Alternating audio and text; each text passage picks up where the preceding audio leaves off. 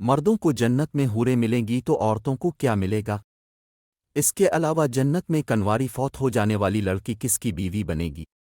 یہ ایک ایسا سوال ہے جو آج کل بہت زیادہ دیکھنے کو ملتا ہے۔ خواتین ہی نہیں، اکثر ہمارے بھائی بھی یہ سوال کرتے نظر آتے ہیں۔ انہی سوالوں کا جواب آج ہم آپ کو بتانے جا رہے ہیں۔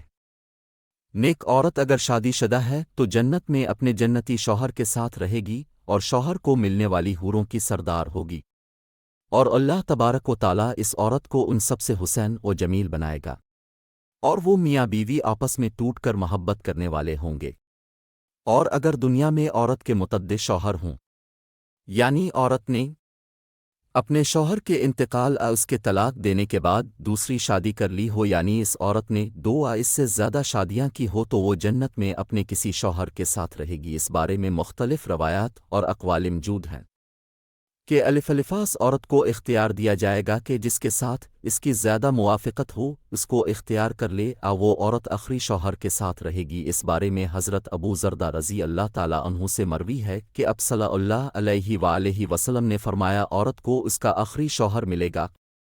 اسی طرح ایک اور مقام پر بیان ہوا کہ عورت اس شوہر کے ساتھ رہے گی جس نے دنیا میں اس کے ساتھ اچھے اخلاق کا برتاؤ کیا ہوگا، اور وہ شوہر جس نے عورت پر ظلم کیا ہوگا، اس کو تنگ کیا ہوگا، وہ اس عورت سے محروم رہے گا۔ حضرت سلم رضی اللہ تعالیٰ عنہا کی ایک روایت میں ہے کہ انہوں نے اب صلی اللہ علیہ وآلہ وسلم سے پوچھا، کسی کے دو شوہر ہوں تو جنت میں کس کے ساتھ رہے گی؟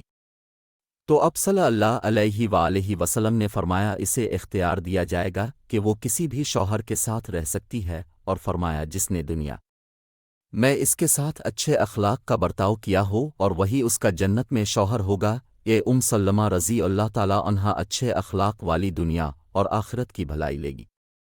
اور اگر عورت کنواری ہو، یعنی اس کی شادی سے پہلے ہی انتقال ہو گیا ہو، شادی شدہ ہو تو ہو، لیکن اس کا شوہر جنتی نہ ہو، تو جنت میں جس مرد کو بھی وہ پسند کرے گی اس کے ساتھ اس کا نکاح ہو جائے گا، اور اگر موجودہ لوگوں میں کسی کو بھی پسند نہ کرے تو اللہ تبارک و تعالیٰ اس کے لیے ایک مرد جنتی پیدا فرمائیں گے۔